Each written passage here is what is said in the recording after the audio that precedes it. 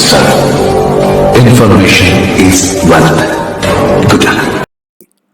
Hey friends, இப்போ பார்த்தீங்கன்னா oval இன்சிபிளுக்கும் Sathan பிரேவுக்குமான 100 balls match. இந்த மேட்சோடைய ஃபுல் அனாலிசிஸ், ட்ரீம் டீமுக்கு எந்தெந்த பிளேயர் வருவாங்க, கிராண்ட் லீக்கு எந்தெந்த பிளேயர் ரிஸ்காக ட்ரை பண்ணலாம், யார் யாரை சிவிசி ஆப்ஷன் கொடுக்கலாம், எந்தெந்த பிளேயர் வந்து ஃபிக்ஸ்ட் பிளேயராக வைக்கலாம் அப்படிங்கிறத ஃபுல்லாக இந்த வீடியோவில் சொல்லியிருக்கிறோம். ஸோ வீடியோவை கம்ப்ளீட்டாக ஸ்கிப் பண்ணாமல் பாருங்கள்.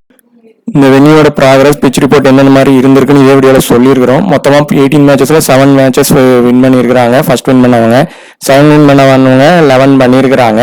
அதே மாதிரி பிலோ ஸ்கோர் 150 13 150 to 169 5 டைம்ஸ் இங்கே பண்ணியிருக்கிறாங்க.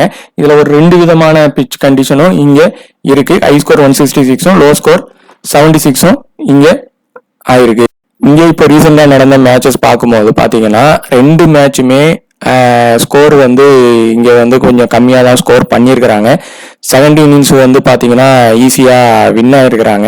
ஸோ அந்த மாதிரி கூட நடக்கிறதுக்கான வாய்ப்பு இருக்கும். ஆவரேஜாக 130 வர்றதுக்கான வாய்ப்பு இருக்கு. ஆனால் பிச்சோடைய ரிப்போர்ட் வந்து மெயினாக பார்க்கணும். இந்த மேட்சுக்கு வந்து கண்டிப்பாக லாஸ்ட் பிச் ரிப்போர்ட் வந்து பேட்டிங்கு சப்போர்ட் ஆகிற மாதிரி இருக்குன்னா ஸ்கோர் வந்து 150 வரைக்கும் வர்றதுக்கான வாய்ப்பும் இருக்கும்.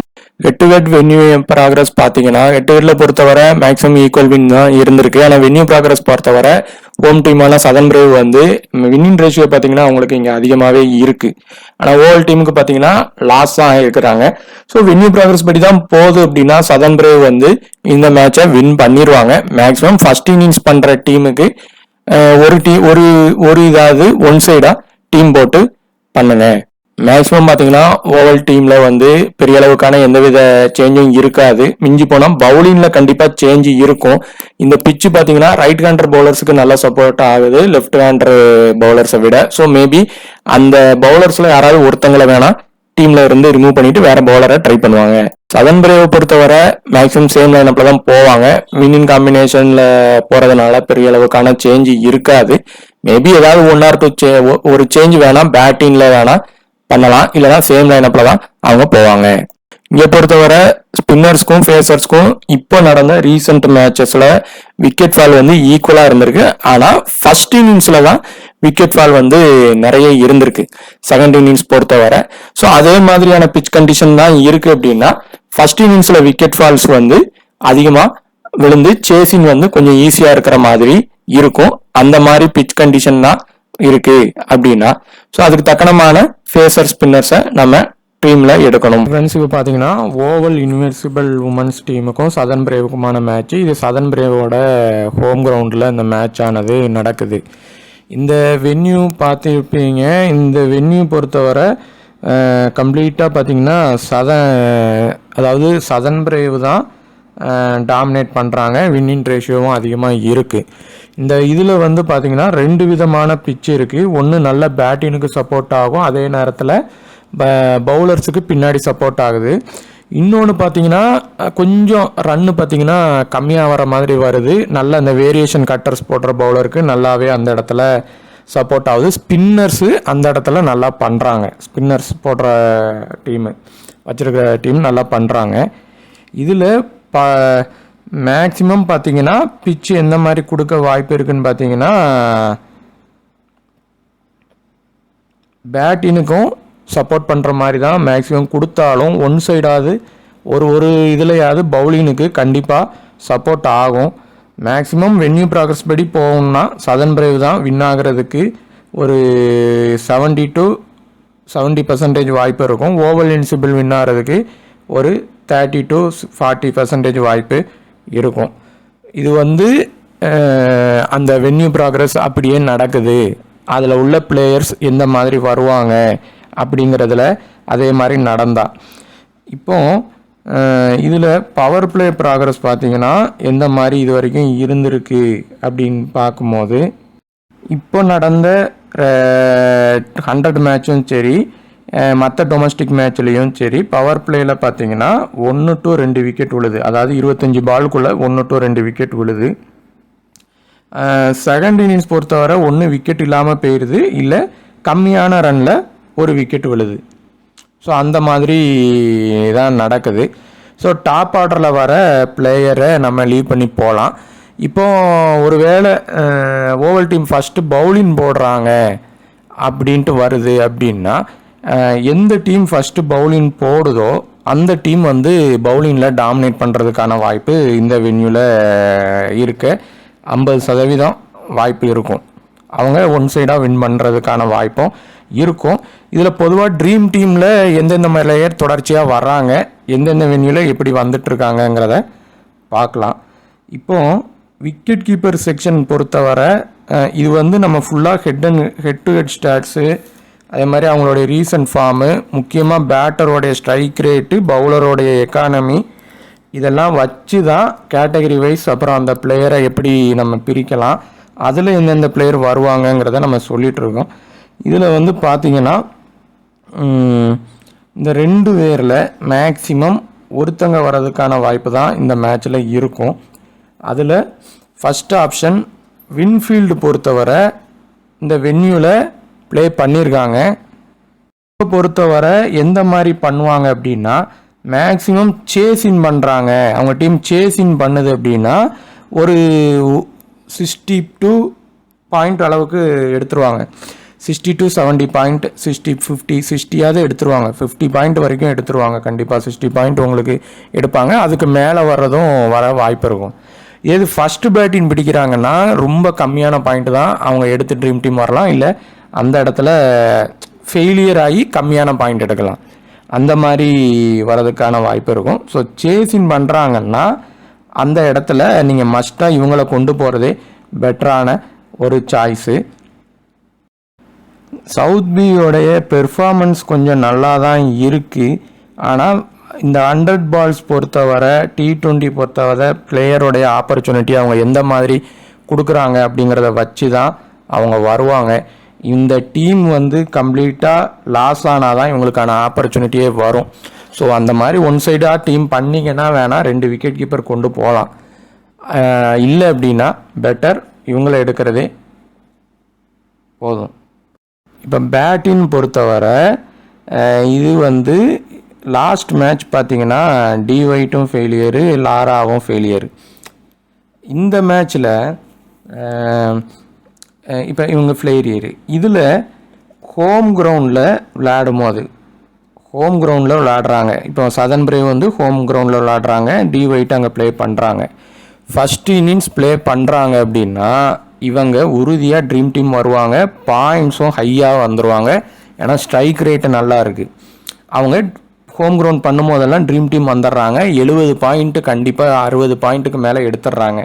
ஸ்மால் லீகில் மிஸ்ஸே பண்ணக்கூடாது. அதே மாதிரி எம் லேனின் அவங்க ஹோம் கிரவுண்டில் விளாண்டாலும் அவேல விளாண்டாலும் ட்ரீம் டீம் வந்துக்கிட்டே தான் இருக்காங்க. ஸோ இவங்களில் வந்து இந்த 2 பிளேயரும் மேக்ஸிமம் அந்த ட்ரீம் டீம் ஆப்ஷனில் இருந்துகிட்டே தான் இருக்காங்க. இப்போது நீங்கள் லாராவா இல்லை பவுச்சரா அதை எப்படி எடுக்கலாம் அப்படின்னா ஃபஸ்ட் இன்னிங்ஸ் பண்ணால் பெட்டர் லாராவையே ட்ரை பண்ணிடலாம். அப்படி ஸ்மால் லீக் பண்ணுறதா இருந்தால் அதே இது செகண்ட் இன்னிங்ஸ் பண்ணால் பவுச்சரை ட்ரை பண்ணணும். வென்யூ ப்ராக்ரஸ் படி பவுச்சருக்கு தான் ரெக்கார்டு நல்லா இருந்தாலும் அவங்க செகண்ட் இன்னிங்ஸ் பெர்ஃபார்மன்ஸ் தான் நல்லா பண்ணுவாங்க.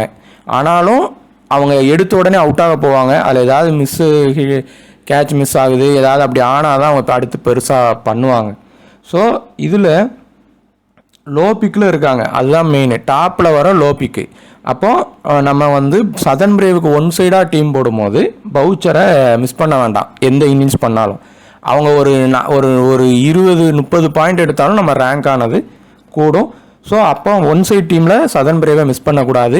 ஈக்குவல் ஃபைட் டீமில் லாரா பவுச்சரில் ஒருத்தங்களை ட்ரை பண்ணணும். ஸோ இதில் மஸ்ட் பிக்காக நீங்கள் டி ஒயிட்டு லேனிங், நீங்கள் டி ஒயிட்டை மேக்ஸிமம் லீவே பண்ண வேண்டாம். அப்படி லீவ் பண்ணால் செகண்ட் இன்னிங்ஸ் பண்ணால் லீவ் பண்ணலாம். ஆனால் ஹோம் கிரவுண்டில் ட்ரீம் டீம் வந்துகிட்டே இருக்காங்க. அடுத்து பார்த்திங்கன்னா ஒரே ஒரு இதில் நீங்கள் இந்த ஸ்கால்ஃபீல்டு ஜிஎலுக்கு ட்ரை பண்ணிங்கன்னா மட்டும் ட்ரை பண்ணலாம். ஸ்கால்ஃபீல்டு பவுச்சர் இந்த கேட்டகரியில் ட்ரை பண்ண வேண்டிய 2 லோபிக் இதுதான் நீங்கள் ஜிஎலுக்கு ட்ரை பண்ணணும். ஒரு வேளை நீங்கள் லேனின் உறுதியாக ஃபெயிலியர் ஆவாங்கன்னு நினச்சிங்கன்னா இல்லை கேப்சிக்கு பதிலாக கூட நீங்கள் ஸ்கால்ஃபீல்டை ட்ரை பண்ணுங்கள்.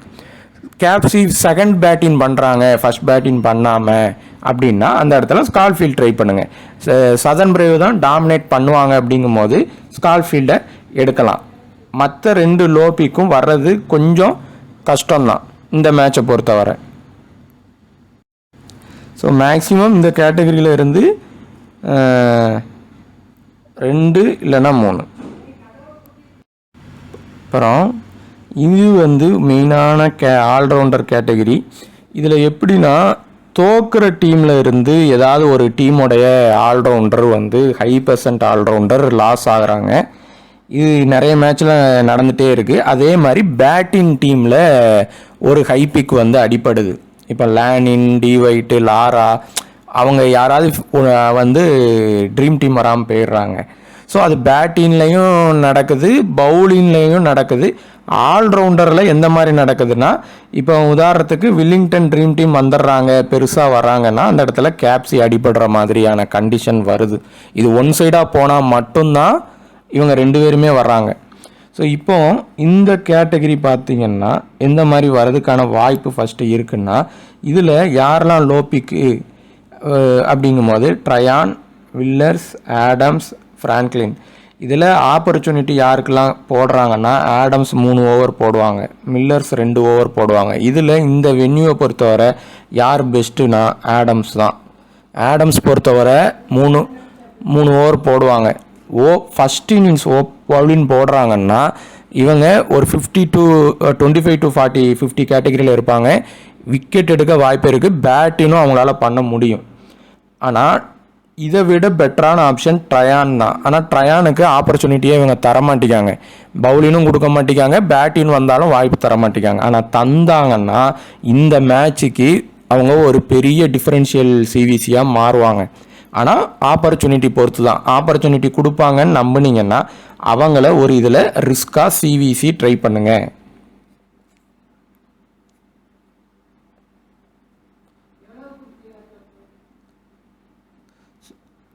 ஸோ இது வந்து ரிஸ்க் சிவிசி, நீங்கள் ஆப்பர்ச்சுனிட்டி கொடுத்தா ட்ரை பண்ணலாம்.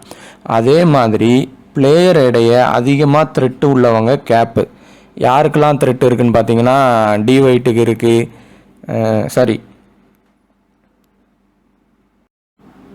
ஆமாம் டிவைட்டுக்கு இருக்குது, பவுச்சருக்கு இருக்குது, லாராக்கு இருக்குது.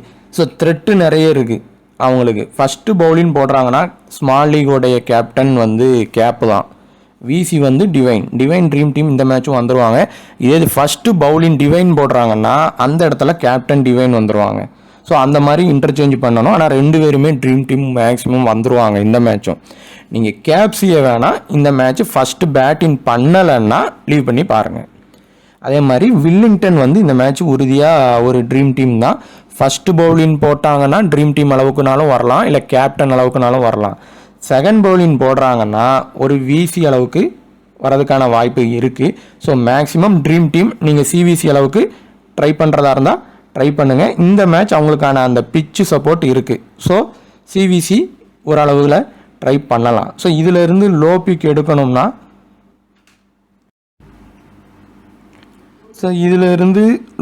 எடுக்கணும்னா ஆப்பர்ச்சுனிட்டி யாருக்கெல்லாம் வருது அப்படின்னு பார்த்தீங்கன்னா ஆடம்ஸு, அதுக்கப்புறம் பார்த்தீங்கன்னா இந்த மில்லர்ஸ். இந்த ஆடம்ஸ் மில்லரில் ஒருத்தங்களை எடுத்தால் போதும். ஸோ இதில் கேப்பு, டிவைனு, வெல்லிங்டன் வந்து மஸ்ட் பிக்காக ட்ரை பண்ணலாம். கேப்ஸியை ரொட்டேஷன் பண்ணி ட்ரை பண்ணுங்கள். இந்த கேப் டீம் ஒன் சைடாக வின் ஆகுது, ஃபஸ்ட்டு பேட்டிங் பண்ணி பண்ணுறாங்க அப்படின்னா தான் கேப்ஸியும் மஸ்ட் பிக்கில் வருவாங்க. ஸோ இந்த மாதிரி பிளேயரை ரொட்டேஷன் பண்ணி ட்ரை பண்ணணும். இந்த கேட்டகரி பொறுத்தவரை கண்டிப்பாக 4 பேர் உறுதியாக ட்ரீம் டீம் வந்துடுவாங்க. இதில் பவுலரை பொறுத்தவரை யார் தொடர்ச்சியாக ட்ரீம் டீம் வந்துக்கிட்டே இருக்கிறாங்க, யாருக்கு ஆப்பர்ச்சுனிட்டி நிறைய இருக்குன்னு பார்த்தீங்கன்னா எல்பெல் பொறுத்தவரை மேக்ஸிமம் 4 ஓவர் 25 பால் கிட்ட எப்படியும் போடுவாங்க, 20 பால் எப்படியும் போட்டுருவாங்க. அதே மாதிரி பார்த்தீங்கன்னா விக்கெட் டேக்குன்னு எடுப்பாங்க. ஃபஸ்ட் இன்னிங்ஸ் போட்டாங்கன்னா விசி ஆப்ஷன், ஃபஸ்ட் இன்னிங்ஸ் போட்டாங்கன்னா சிவிசி ஆப்ஷன், செகண்ட் இன்னிங்ஸ் போட்டாங்கன்னா ட்ரீம் டீம் ஆப்ஷன். அதை மொத்தத்தில் ட்ரீம் டீம் உறுதியாக வராங்க. ஸோ அவங்கள மிஸ் பண்ண வேண்டாம் நீங்கள் எந்த டீமில் எடுத்தாலும். அதே மாதிரி இவங்க டீமில் இந்த எஸ்மெயில் வந்து 3 ஓவர் போடுவாங்க, ஸ்பின்னுக்கு சப்போர்ட் ஆகுது. ஸோ அவங்கள லீவ் பண்ண வேண்டாம். இந்த ஃபர்ரண்ட் வந்து 3 ஓவர் போடுவாங்க. ஆனால் அவங்கள பொறுத்தவரை ஒரு ரிஸ்க் பிக்கு தான். அவங்கள நீங்கள் எடுக்கலாம், இல்லை எடுக்காமனாலும் விட்டுறலாம். இவங்களுக்கு ஆப்பர்ச்சுனிட்டி கம்மி. அதே மாதிரி இவங்களும் 3 ஓவருக்குள்ளே போடுவாங்க. லாஸ்ட் மேட்ச் கேப்டன்ஸ் அளவுக்கு பெர்ஃபார்மன்ஸ் பண்ணிட்டாங்க. ஸோ இந்த இதில் யாரை எடுக்கலாம் அப்படின்னு பார்த்தீங்கன்னா, ஃபஸ்ட்டு வந்து எல்பெல், இந்த கேர்டன், இவங்க 2 பேருமே இந்த மேட்ச் ட்ரீம் டீம் வர வாய்ப்பு உண்டு. ஃபஸ்ட் இன்னிங்ஸ் பண்ணால் 2 பேரும் வாய்ப்பு இருக்குது. இது போக ஒரு லோ பிக் எடுக்கிறதா இருந்தால் இந்த எஸ்மெயில், இந்த 3 பேருமே இந்த மேட்ச் பவுலினுக்கு போதும்.